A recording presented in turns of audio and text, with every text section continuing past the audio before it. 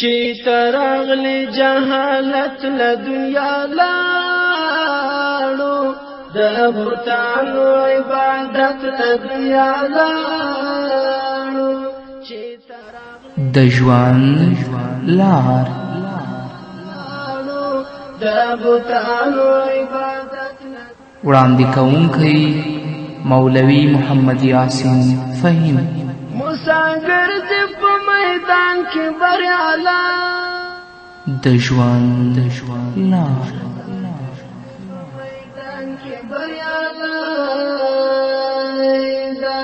ساحران ټول ملامت له دنیا لاړو د بوتانو عبادت له دنیا لاړو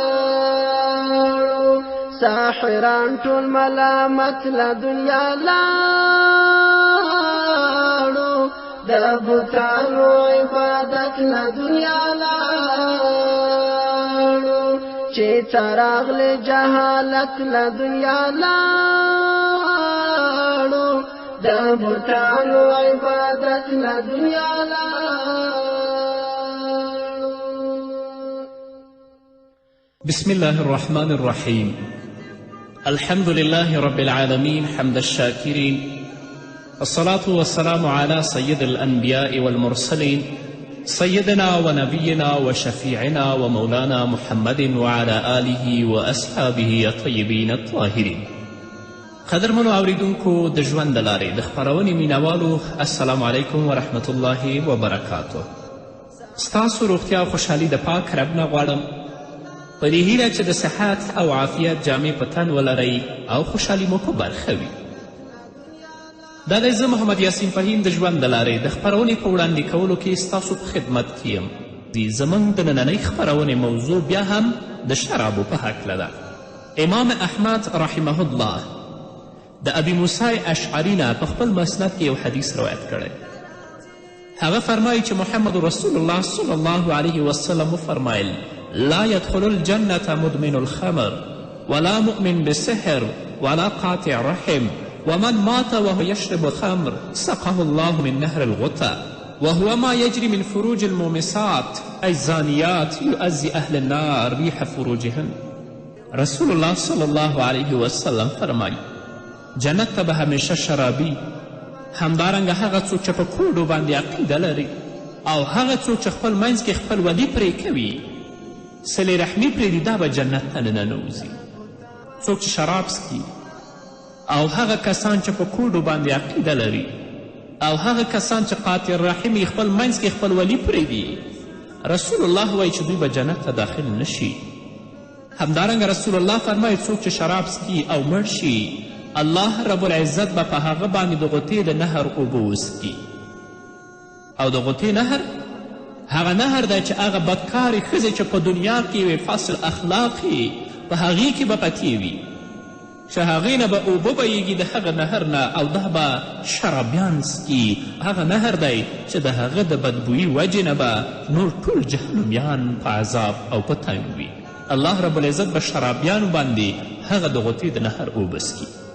همدارنګه محمد رسول الله صلی الله علیه وسلم فرمایي چې الله رب العزت په خپل ذات باندې قسم کوي که زما یو بنده د شرابو یو ګوټ وڅکي، زه به د دوزخ نوونه او د دوزخ زوی ورباندې وڅکم. او که زما یو بنده زما د ویرې د وجې نه شراب پرېښودل، د شرابو نه یې توبه ویستله، زه به په پاکو ځایونو او ښو جنتونو کې به د ښو توبهګارو خلکو سره هغه ته ځای ورکړم او په هغه باندې به د جنت شراب وڅکم. الله رب العزت دې په موږ باندې رحم وکړي. همدارنګه بل حدیث چې ابو داود د حضرت عبدالله ابن عمر نه روایت کړی دی، رسول الله صلی الله علیه وسلم فرمایي چې الله رب العزت په شرابو، د شرابو په څکونکي او د شرابو په ورکوونکي، د شرابو په خرڅوونکي، د شرابو په اخیستونکي، د شرابو په جوړونکي، د شرابو په راوړونکي او چاته چې راوړي او د شرابو د پیسو په خوړونکي باندې الله په دې ټولو باندې لعنت ویلی دی.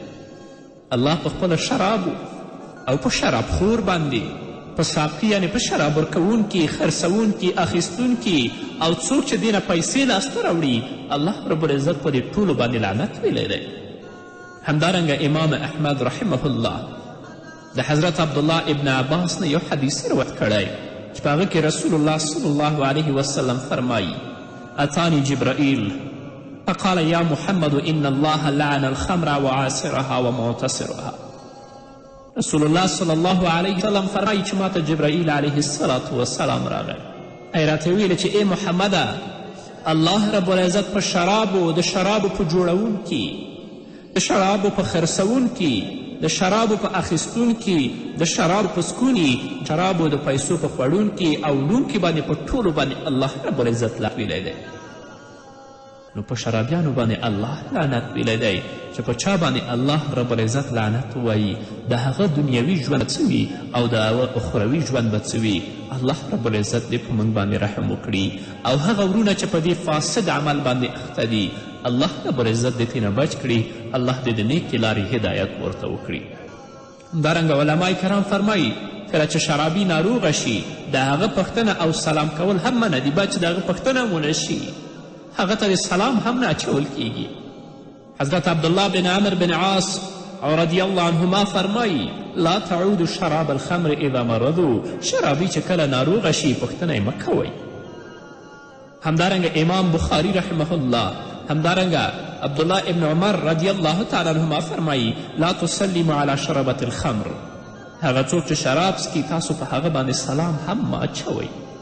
رسول الله صلی الله علیه وسلم فرمایي اگر که دا حدیث ضعیف هم دی، ابن جوزی ته ضعیف ویلی دی، ولیکن رسول الله فرمایي چې لا تجالسوا شراب الخمر ولا تعودوا مرضاهم ولا تشهدوا جنائزهم وإن شارب الخمر يجيء يوم القيامة مسودا وجهه مدلعا لسانه على صدره يسيل العه يقدره كل من رآه وعرفه إنه شارب الخمر.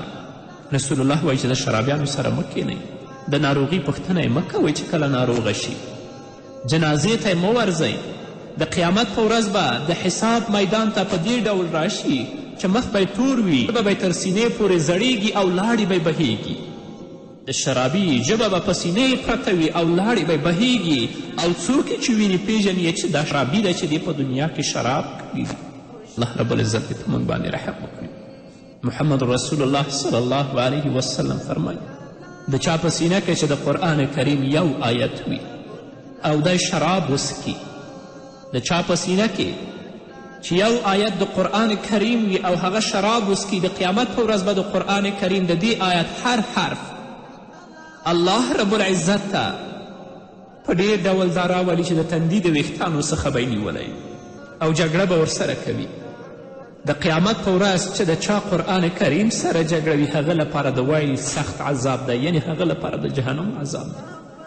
رسول الله صلی الله علیه وسلم فرمایي څوک چې شراب وسکي او د هغه په زړه کې یو آیت د قرآن کریم وي، د قیامت په ورځ به د الله رب العزت په حضور کې د دې آیت هر یو حرف دا انسان د تندي نه نیولی او د الله حضور ته به راکاږي او قرآن به دې سره جګړه کوي. چا سره چې قرآن جګړه وکړي د هغه حال به څه وي؟ د هغه ځای جهنم دی.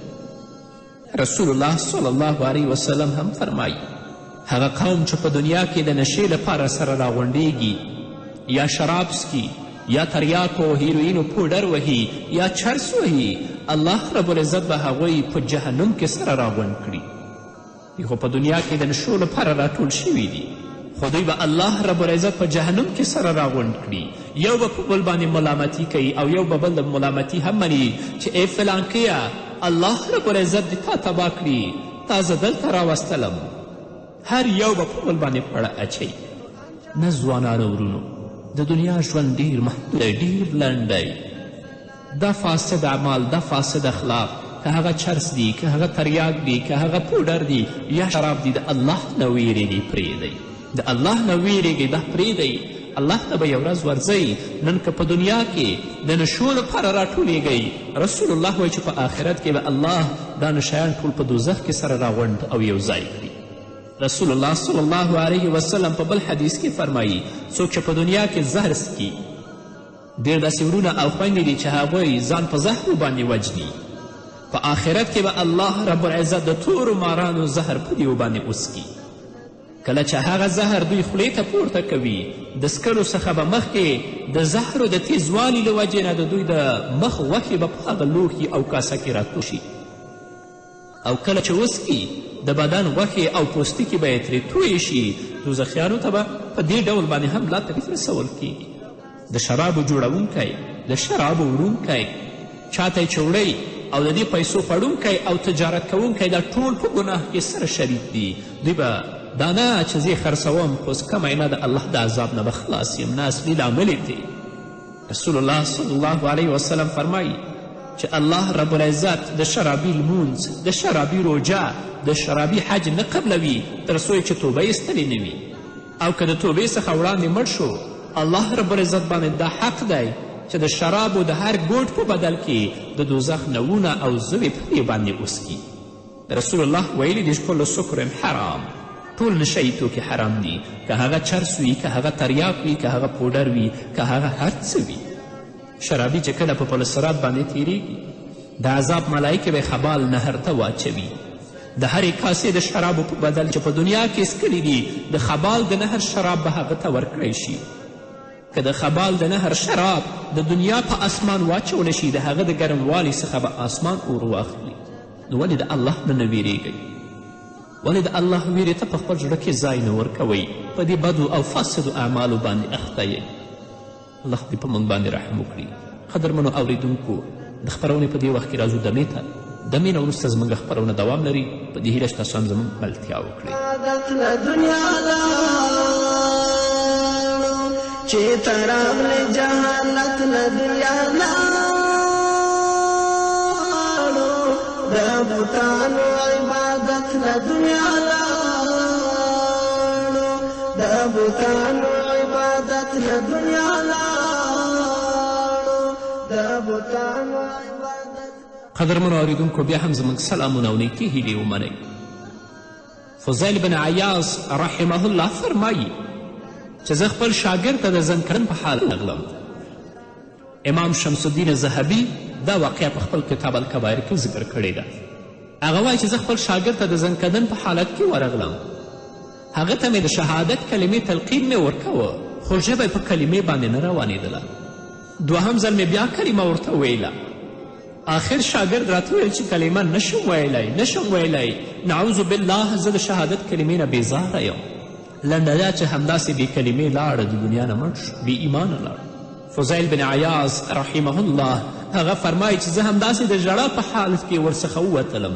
د څه وخت وروسته مې په خوب کې ولیدو چې ملائکې ورته کش کوي.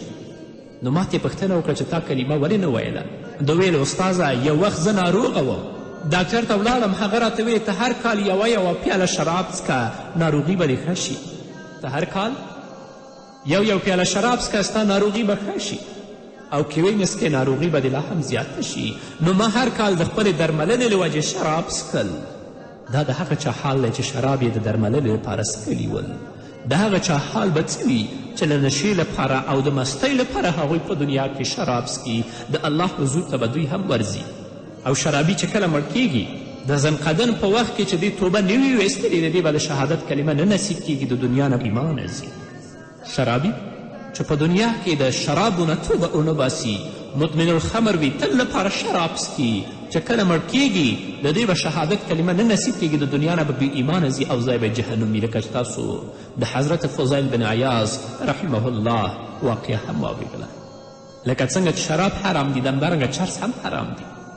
چرس د بنګو څخه جوړیږي او علما فرمایي چې د شرابو په ډول دا هم حرام دي.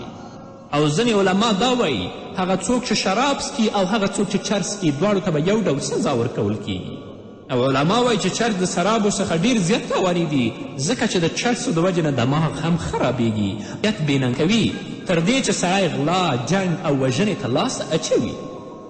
که هغه شراب وي که هغه چرس وي دا دواړه سړی د الله رب العزت د یادولو او د مونځو عبادت څخه بې پروا کوي. نو هر هغه څه چې تا د الله د یاد نه د الله د عبادت نه بې پروا کړي هغه حرام دي. نو چرس هم حرام دي. او علما وایي چې د شرابي په ډول الله رب العزت به چرسي ته هم عذاب ورکوي. او ځینې عالمان د چرسو د سزا په هکله کې چوپ پاتې شوي دي. هغوی وایي هغه څوک چې چرس کي هغه ته به د شرابي څخه لږ سزا ورکول کیږي ځکه چرس دماغو بدلون راولي خو داسې مستی نه راولي لکه شراب یې چې راولي. خو په هره طریقه سره شراب هم حرام دي، چرس هم حرام دي. مسلمان دی لپاره نه دی پیدا شوی چې هغه په دنیا کې یا شراب وسکي یا چرس وهي یا سګرټ یا نور بدو بلا، بلکې دی لپاره پیدا شوی چې هغه الله یاد کړي، د خپل ټول ژوند د الله رب العزت د اوامرو د احکامو مطابق تیر کړي، دا نه چې هغه په نشو کې اخته وي. الله رب العزت دې په موږ باندې رحم وکړي. او بل دا چې هغه څوک په دنیا کې په نشهیي توکو باندې اخته وي، که هغه تریاک وي، چرس وي یا شراب وي، په قبر کې به د هغه مخ د قبلې نه ګرځي. امام زهبي رحمه الله بله واقعه په خپل کتاب کې ذکر کړي. هغه فرمایي عبدالملک بن مروان ته یو ځوان ورغی او ډیر خفه او په ژړا یې هغه ته ویلې چې امیر المؤمنین ډیره لویه ګناه مې کړې ده، آیا زما توبه منل کیږي؟ عبدالملک بن مروان ورته ویل ستا څه ګناه ده؟ هغه ځوان ورته ویل ګناه مې ډیره لویه ده. بیا عبدالملک بن مروان ورته ویل الله ته توبه وباسه، الله رب العزت بل بندگانو توبه مني او د ګناهونو بخښنه ورته کوي. هغه ځوان ورته ویل چې امیر المؤمنین ما قبرونه سپړل، عجیبه غوندې حالات مې ولیدل. امیر المؤمنین ورته ویلې ته دا واقعه ماته بیان کړه چې تا څه ولیدل؟ هغه ورته ویلې چې یو شپه مې یو قبر ته ورښکته شوم، ومې لیدل چې د مړي مخ د قبلې څخه اوښتی دی. زه د هغه څخه وویرېدم، د قبر څخه د راوتلو اراده مې وکړه. چا راته آواز وکړل او ویې ویل چې د دې مړي څخه پوښتنه نه کوې چې مخ یې ولې د قبلې څخه اوښتی؟ ځوان وایي چې ما ورته ویل چې ولې د دې مخ د قبلې څخه اوښتی دی؟ هغه آواز کوونکي راته ویل د دې مخ ځکه د قبلې څخه اوښتی چې دې په لمانځه کې ناراستي که، دا د دې سزا ده. بیا بل قبر ته ورښکته شوم، ومې لیدل چې د مړي څخه خنزیر جوړ شوی دی، په زنځیرونو باندې تړل شوی او د اوسپنې کړۍ په غاړه کې دي. زه ورڅخه ویرېدلم، د راوتلو اراده مې وکړه. بیا چا راته آواز وکړه چې ته پوښتنه نه کوې چې دا ولې په داسې عذاب باندې اخته دی؟ نو ما ویلې چې دا ولې په داسې عذاب باندې اخته دی؟ هغه آواز کوونکي راته ویل چې ده په دنیا کې شراب څکل او د توبې ایستلو څخه پرته دا مړ شوی دی، نو په قبر کې دې نه خنزیر جوړ شوی. او دریم قبر ته ورکته شوم، ومې لیده چې مړی د اور په میخونو باندې په ځمکه کې تړل شوی دی او ژبه یې د شا خواته راوتلې ده. زه د هغه نه هم ویرېدلم. بیرته د راوتلو اراده مې وکړه. بیا چا راباندې آواز وکړه چې د ده د حال پوښتنه نه کوې چې دا ولې په داسې عذاب اخته دی؟ نو ما ته وویل شول چې دې دنیا کې خپلو متزو او د خپلو پلیتیو څخه ځان نه ساته. لکه رسول الله صلی الله علیه وسلم په یو حدیث کې فرمایي چې عام عذاب د قبر هم د دغه قطراتو د متیازو نه ده چې یو انسان ځان ترې نه ساتي. او بل دا چې د خلکو ترمنځ یې خبرې وړې راوړي، دا د ده سزا ده. بل قبر ته ورکته شوم چې په هغه کې اور بل دی، د هغه نه زه هم ویرېدلم، را ووتلم. د هغه حال پوښتنه چې ما وکړه، نو ما ته ځواب راغی چې دوی به په لمونځ نه کو، په مانځه کې به سستي کوله. پنځم قبر مې چې سپړه، ومې لیدل چې قبر دومره پراخ دی چې څومره سترګې کار کوي، او په هغه قبر کې رڼایي وه او مړی په خوشحالي سره ویده و، او د هغه نه رڼایي خپرېدلې او ښایسته جامې اغوستې وې. د هغه نه زه هم ویېدلم، د وتلو اراده مې وکړه. بیا ما ته وویل شو چې د دې دا و چې دی به په دنیا کې د الله رب العزت پیروي کوله، د خپل ژوند د الله رب العزت د اوامرو په رڼا کې، د محمد رسول الله صلی الله علیه وسلم د ارشاداتو په رڼا کې، همدارنګه د الله رب العزت رضا به تل لپاره دی په خپل ژوند کې تیره، هیڅکله دې خلاف یعنی د الله د اوامرو د احکامو نه سرغړونه نه ده کړې. نو الله دومره عزت دې ته په برزخ کې ورکړی او الله رب العزت به دا په آخرت کې جنت ته بیایي. عبدالملک بن مروان ویل چې دا د ګناهګارانو لپاره پند دی، او هغه څوک چې د الله رب العزت پیروي کوي د هغو لپاره دا زیری دی. نو الله رب العزت دې په موږ باندې رحم وکړي. دا هغه واقعات دي چې امام الذهبي رحمه الله په خپل کتاب کې الکبائر کې د پند لپاره دا ذکر کړي دي. پوره سند به امام الذهبي رحمه الله ته معلوم دی، خو بیا هم د پند و عبرت دپاره دا بهتره دي. الله رب العزت دې په موږ رحم وکړي. او هغه ځوانان چې په دې فاسدو اعمالو باندې اخته دي الله دې هغو ته د نیکې لارې هدایت وکړي. الله رب العزت دې هغوی په خپل فضل و رحم و کرم سره د دې فاسدو اعمالو نه که هغه چرس دي، شراب دي یا نور نشهیي توکي دي، الله رب العزت دې دوی د هغې نه وساتي او د نیکې لارې هدایت دې زموږ سره ورته وکړي. او که په دې فاسدو اعمالو باندې دوی اخته وي د دوی ژوند هم داسې تیر شي نو په دنیا کې به هم ذلیلوي او په آخرت کې به د الله رب العزت په سخت عذاب کې دوی گرفتاروي. نه راشئ قدرمنو اوریدونکو د خپل لنډ ژوند نه په استفادې سره د خپل ابدي ژوند ښایسته کړئ. د دنیا په مادیاتو باندې، د دنیا په متاعو باندې، د دنیا په ښایست باندې هیڅکله تاسو مه دوکه کیږئ. الله یاد کړئ، د الله ویرې ته په خپل زړونو کې ځای ورکړئ. د خپل فردي ژوند یا هغه ژوند چې په کورنۍ کې لرئ، هغه ژوند چې په ټولنه کې لرئ، ټول د الله العزت په اطاعت باندې، د الله په یاد باندې ښایسته کړئ. د مسلمان عزت، د مسلمان قدر هغه د الله په تابعداري کې دی چې هغه د خپل ژوند د الله د اوامرو او د الله د احکامو مطابق تیر کړي.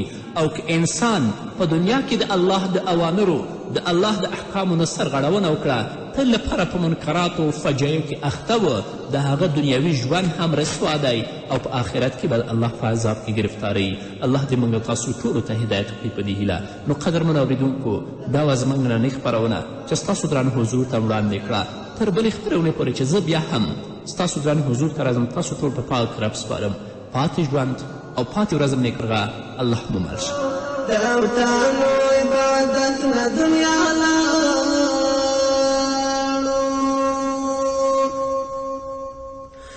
د شاکر عبدالعلي هلته ښادي ده، د شاکر عبدالعلي هلته ښادي ده. که ایمان سره اوچت له دنیا لاړو، د بوتانو عبادت له دنیا لاړو، که ایمان سره اوچت له دنیا